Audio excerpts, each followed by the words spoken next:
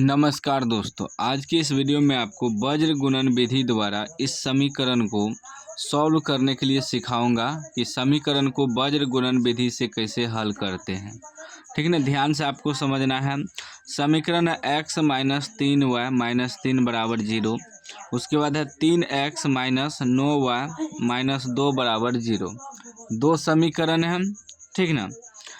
अब देखिए इसमें क्या होता है, वज्र गुणन विधि में थोड़ा ध्यान दीजिएगा। इसका समीकरण जब भी होता है इसी रूप में होता है, इस रूप में ax plus b y plus c बराबर 0, इस रूप में होता है समीकरण, ठीक ना। जैसे कि आप लोग देखे होंगे विलोपन विधि सब में समीकरण होता है इस रूप में रहेगा तभी सॉल्व होगा। कुछ ऐसे होता है ax प्लस बी वाई बराबर सी, इस रूप में बराबर की उपगल सी रहता है। नहीं, इसमें आपको इसी रूप में समीकरण को रखना है तभी सॉल्व होगा, तभी आपका आंसर निकलेगा। यदि 3 को बराबर के उपगल भेज देंगे तब सॉल्व करेंगे तो आंसर नहीं निकलेगा, मतलब गलत आंसर हो जाएगा, ठीक ना। तो वज्र गुणन विधि में याद रखिएगा समीकरण इस रूप में रहना चाहिए, यानी कि ax plus b y plus c बराबर 0, बराबर के बाद 0 होना चाहिए, ठीक ना।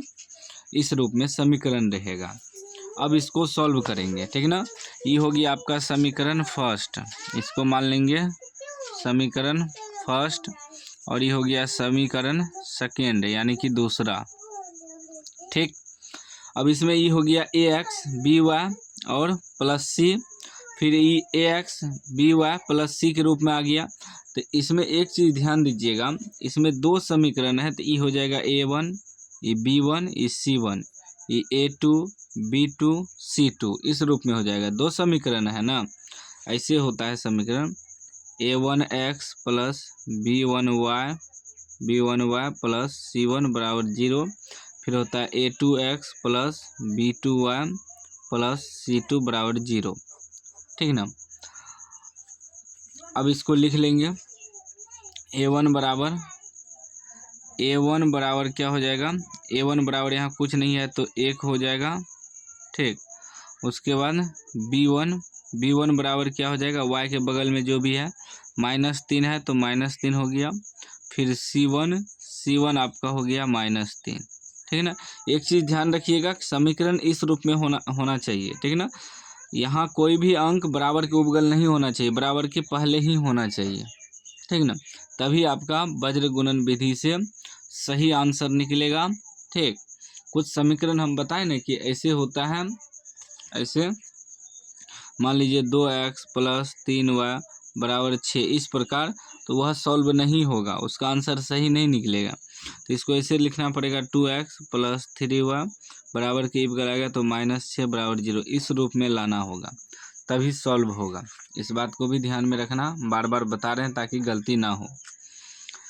अब फिर दूसरा समीकरण का निकालेंगे, a2 आपका 3 हो जाएगा, फिर b2 आपका -9 हो जाएगा, फिर c2 आपका -2 हो जाएगा। माइनस है तो माइनस लिखना पड़ता है। अब इसका सूत्र होता है वज्र गुणन विधि का, ठीक ना। यहाँ लिख सकते हैं सूत्र से या डायरेक्ट हल कर सकते हैं।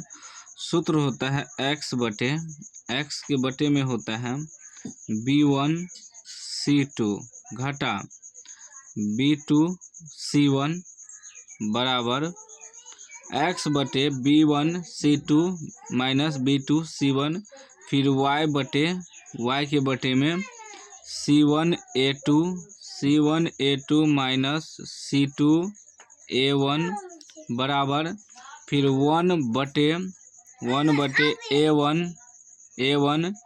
b2 माइनस a2 b1, यही सूत्र होता है, ठीक ना। याद रखिएगा वज्र गुणन विधि का यह सूत्र होता है x बटे b1 c2 minus b2 c1 बराबर y बटे c1 a2 minus c2 a1 बराबर 1 बटे a1 b2 minus a2 b1 सूत्र होता है, ठीक ना। सूत्र याद रखना है तभी सवाल बनेगा। अब बैठाइए, तो x बटे b1 c2, B1 कितना है -3 गुना C2 कितना है C2 -2 है। ठीक, इसका घटा फिर B2 C1 B2 कितना है -9 गुना C1 कितना है C1 है -3 बराबर फिर y बटे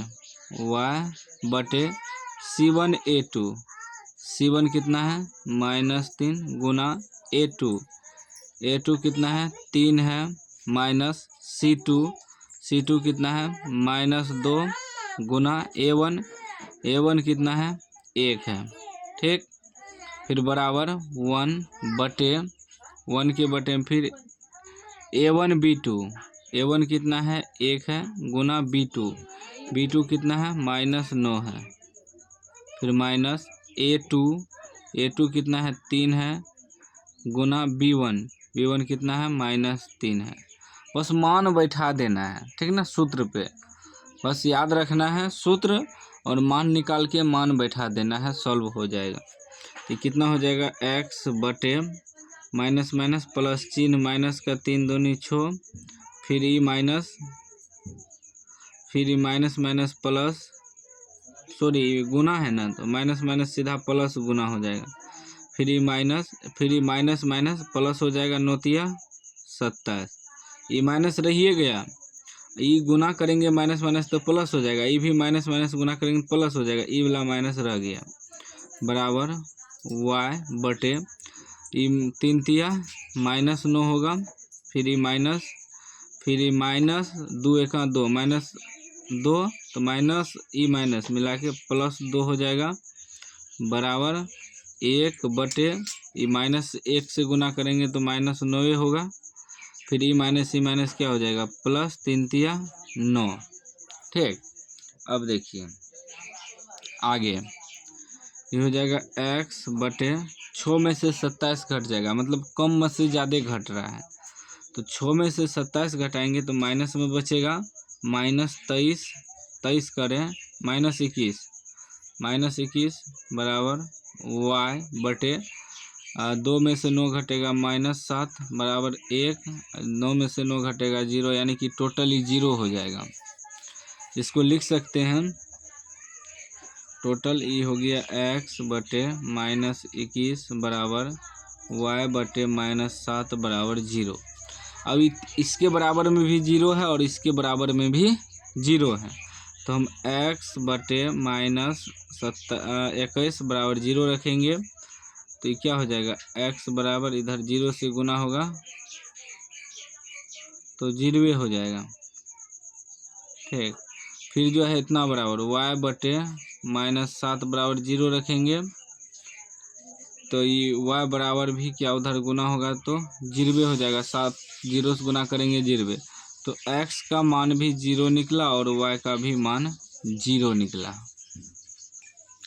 दोनों का मान जो है 0 निकल गया। यही आपका आंसर हो गया। सवाल में कुछ नहीं है, बस आपको समझना है मेन पॉइंट क्या होता है। बहुत विद्यार्थी का आंसर नहीं निकलता है, इसी के कारण जब भी रहेगा आपका समीकरण इस रूप में रहेगा, इसको ध्यान में रखना है। यदि कोई भी समीकरण अंक बराबर के उपगल दिया तो उसको पहले इधर लाना होगा। जैसे कि मैं आपको एक समीकरण दिखाता हूँ, देखिए एनसीईआरटी बुक का प्रश्न है। जैसे इसमें देखिए दूसरा सवाल है 2x + y बराबर 5, इसको पहले इधर लाना होगा बराबर की ई बगल, तो ई बगल आएगा तो -5 हो जाएगा बराबर 0। इसको भी 3x + 2y बराबर की ई बगल लाएंगे तो -8 बराबर 0। इस रूप में रहेगा तभी सॉल्व होगा, जैसे है ही दिया है इस रूप में रहना चाहिए समीकरण, और बराबर की ई बगल है, इस सॉल्व करिएगा तो इसका आंसर नहीं आएगा, ठीक ना। तो इसलिए हमेशा याद रखिएगा इस रूप में समीकरण आएगा तभी वज्र गुणन विधि से सॉल्व होगा। और इसका सूत्र है वज्र गुणन विधि का, सूत्र याद रहेगा तो आसानी से बना लीजिएगा, बस उस पर बैठाते जाना है, हल करते जाना है। उम्मीद है समझ गए होंगे, समझ गए हैं तो लाइक कर दीजिए, चैनल को सब्सक्राइब कर दीजिए और घंटी को दबा के ऑल कर दीजिए।